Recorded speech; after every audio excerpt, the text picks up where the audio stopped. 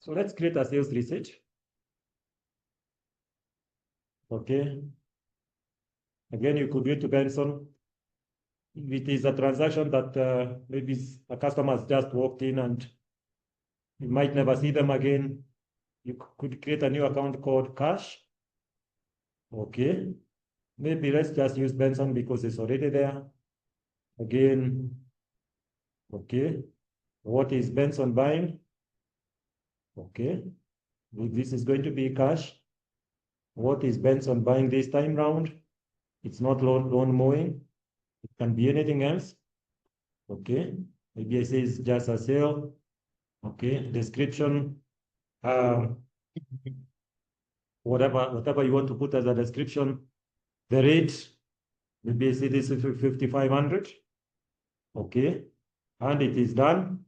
Save and send or just save. Okay. It's as simple as that.